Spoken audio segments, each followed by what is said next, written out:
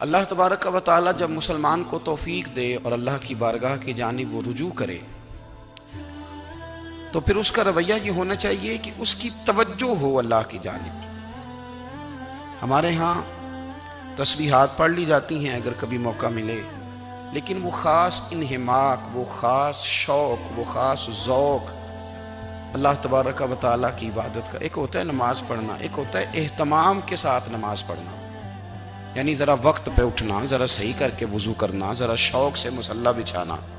ایک ہوتا ہے تسبیح پڑھ لینا، اور ایک ہوتا ہے ذرا تھوڑا سا نا شوق کے ساتھ اللہ کو یاد کرنا. آپ کبھی جو میں نے آیہ کریمہ پڑھی اس کی آپ شان نزول دیکھیں. نبی کریم صلی اللہ تعالی علیہ وسلم کے نا کچھ صحابہ اللہ کی محبت کے شوق میں حضور کی بارگاہ میں حاضر ہوئے. انہوں نے آ کے عرض پتہ کیا کیا؟ عرض کرنے لگے یا رسول اللہ صلی اللہ تعالی علیہ وسلم سالوں بیت گئے ہیں سجدے کرتے ہوئے، حضور سالوں بیت گئے ہیں تسبیح پڑھتے ہوئے، سالوں بیت گئے کہتے ہوئے کہ سبحان اللہ وہ پاک ہے، ہمیں سالوں بیت گئے یہ کہتے ہوئے کہ اللہ اکبر وہی سب سے بڑا ہے، سالوں بیت گئے کہتے ہوئے کہ الحمدللہ ساری تعریفیں اللہ کے لیے، سالوں بیت گئے اس کی تسبیح کرتے، تحلیل کرتے، تکبیر کہتے. حضور اب نہ ہمارا اپنے رب سے ملنے کو جی چاہتا ہے. کبھی اے حقیقت منتظر نظر آ نہ لباس مجاز میں، لاکھوں سجدے تڑپ رہے ہیں میری جبین نیاز میں. اور اقبال کہنے لگے کہ تیرے عشق کی انتہا چاہتا ہوں، تو میری سادگی دیکھ کیا چاہتا ہوں، میرا ذرا سا تو دل ہے مگر شوق اتنا، میں وہی لن ترانی سنا چاہتا ہوں. میرا بھی دل کرتا ہے کہ اللہ میں تجھے کہوں میں تجھے دیکھنا چاہتا ہوں جس طرح حضرت موسیٰ کلیم علیہ السلام نے کہا تھا، اور تو مجھے کہے کہ لن ترانی تو نہیں دیکھ سکتا، ذرا سا تو دل ہے مگر شوق اتنا، میں بھی وہی لن ترانی سنا چاہتا ہوں. پھر کہنے لگے بھری بزم میں راز کی بات کہہ دی، بڑا بے ادب ہوں سزا چاہتا ہوں. دیکھو سب لوگوں کے بیچ ہی میں نے یہ کہہ دیا. میرے عزیز صحابہ نا شوق میں، کتنے سارے لوگ ہیں آپ، کتنی ماشاءاللہ بڑی تعداد میں آپ آئے. ہم بھی کبھی اس شوق میں گئے ہیں کہ ہمارے رب کو دیکھنے کو دل چاہتا ہے، ہمارا جی چاہے وہ کبھی ہمیں ملے. حضرت عبداللہ ابن عمر رضی اللہ تعالیٰ عنہ حضرت عمر کے صاحبزادے، مکہ مکرمہ میں ان کی قبر ہے. میں نے جب انہیں پڑھا تو مجھے ان سے بڑا پیار ہو گیا. لیکن آپ کو پتہ ہے وہاں جا کے کسی شخص کا مزار تلاش کرنا یا پوچھنا ایک مشکل کام ہوتا ہے. تو ایک دفعہ میں مکہ شریف میں حاضر تھا، تو ایک گاڑی والا ڈرائیور مجھے کہنے لگا کہ مولانا میں آپ کو جانتا ہوں، مجھے آپ سے محبت ہے، ایک بات بتاؤں آپ کو. میں نے کہا بتاؤ. کہنے لگے حضرت عبداللہ ابن عمر کی قبر دیکھنی ہے. میں نے کہا یہ تو نہیں کہہ رہا، یہ کسی نے بندوبست کرایا ہے، یہ اللہ نے تیرے دل میں بات ڈالی ہے، یہ ہو گیا تو لے چل مجھے. حضرت عبداللہ ابن عمر کو نبی پاک نے فرمایا تھا راجل صالح، یہ نیک بندہ ہے، یہ متقی آدمی. حضرت عبداللہ ابن عمر رضی اللہ تعالیٰ عنہ سیدنا فاروق اعظم رضی اللہ تعالیٰ عنہ کے صاحبزادے ہیں، اور ان کی ہمشیرہ سیدہ حفصہ رضی اللہ تعالیٰ عنہ حضور کی زوجہ محترمہ. ایک دن اپنی ہمشیرہ سے کہنے لگے کہ نبی کریم صلی اللہ تعالیٰ علیہ وسلم گھر میں آئے نا، اور اگر حضور غم امت میں پریشان نہ ہوں، طبیعت کو حشاش بشاش دیکھو، تو ذرا پوچھنا تو صحیح حضور کا میرے بارے میں کیا خیال ہے، پوچھنا تو صحیح کہ کریم کی بارگاہ میں میرا کیا مقام ہے، میرے بارے میں حضور کیا فرماتے ہیں. اب بہن کو کام بتائے اور بتائے بھی بھائی، اور پھر بہن وہ کام نہ کرے، یہ تاریخ میں ہوتا نہیں.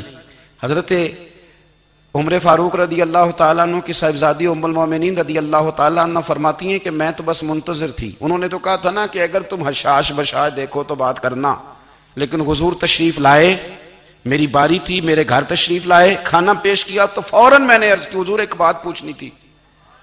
تو حضور نے فرمایا پوچھئے. میں نے عرض کی حضور میرے بھائی عبداللہ ابن عمر کے بارے میں آپ کا کیا خیال ہے؟ نوجوانوں میری بات پہ غور کرنا، میرے بھائی کے بارے میں آپ کا کیا خیال ہے؟ تو نبی کریم صلی اللہ تعالیٰ علیہ وآلہ وسلم نے میری طرف دیکھا، اور پھر حضور زیر لب تھوڑا مسکرائے. اور بریلی کے امام کہتے ہیں کہ حضور مسکرا دیتے تھے نا تو جو بڑا دکھی ہوتا تھا وہ بھی ہنس پڑتا تھا. اب سوال پیدا ہوتا تھا کہ پھر تو اس مسکراہٹ کے لیے انتظار کرنا پڑتا ہوگا کئی مہینے کہ حضور مسکرائیں تو رونے والے ہنسیں، تو اعلیٰ حضرت فرماتے نہیں، انتظار نہیں کرنا پڑتا، یہ مسکراتے رہنا تو حضور کی عادت ہے۔ جس کی تسکین سے روتے ہوئے ہنس پڑے اس تبسم کی عادت پہ لاکھوں سلام۔ یعنی یہ تو عادت ہے حضور کی مسکراتے رہنا، اس کے لیے انتظار نہیں کرنا پڑتا۔ بھائیو آپ خیال رکھیں گے، غور کریں گے، حضرت عبداللہ ابن عمر رضی اللہ تعالیٰ عنہ کے بارے میں پوچھا تو سیدہ فرماتی ہیں کہ نبی کریم صلی اللہ تعالیٰ علیہ وسلم نہ زیر لب مسکرائے اور فرمائے حفصہ تیرا بھائی ہے تو اچھا، لیکن میں نے سنا ہے کہ عشاء کی نماز پڑھتا ہے تو فجر تک سویا ہی رہتا ہے۔ او نوجوانوں، 10 بجے تک سونے کی بات نہیں ہوئی، 9 بجے تک سونے کی بات نہیں ہوئی، 11 بجے اٹھنے کی بات نہیں۔ حضور فرمانے لگے میں نے سنا ہے کہ عشاء کی نماز پڑھ کے سو جاتا ہے اور فجر تک سویا ہی رہتا ہے، اسے چاہیے کہ تہجد کے وقت اٹھا کرے، اللہ کی بارگاہ میں حاضر ہوا کرے، آہوزاری کرے، سجدے کرے، عبادت کرے، اٹھتا ہے اور فجر میں جا کے اٹھتا ہے۔ حضرت جناب حفصہ رضی اللہ تعالیٰ عنہ کہتی ہے میں نے جناب عبداللہ ابن عمر کو پیغام دیا اور میں نے کہا میرے جوان بھائی سن، نبی پاک نے فرمایا ہے تو اچھا پر تہجد میں نہیں اٹھتا، نفل نہیں پڑھتا۔ او میری ملت کے جوانوں، مزہ نہیں آ جاتا جب ساری دنیا سوئی ہو، ساری دنیا، اور بستر بھی گرم ہو اور نیند بھی پورا غلبہ کر رہی ہو، اور اچانک گھنٹی بجے دماغ میں، آنکھ کھلے، گھڑی پہ نظر پڑے، 3:30 4 بجے کا پیغام گھڑی بتائے، اور کوئی چڑھتی جوانی والا اٹھ کے وضو کرے، اور جب وہ مصلی کھول کے بچھائے تو مدینے والے محبوب کہتے ہیں کہ ہر نماز پہ رب ثواب دیتا ہے، اور جو اٹھ کے تہجد کی نماز پڑھے اسے دیکھ کے تو رب مسکراتا ہے، جو اس کی شان کے لائق ہے، جو اس کی شان کے لائق، وہ مسکراتا ہے، خوش ہوتا ہے کہ میرا بندہ تہجد میں اٹھ گیا، وہ مسکراتا ہے۔ کاش ہماری صبحیں کبھی اپنے مالک کے نام ہو جائیں۔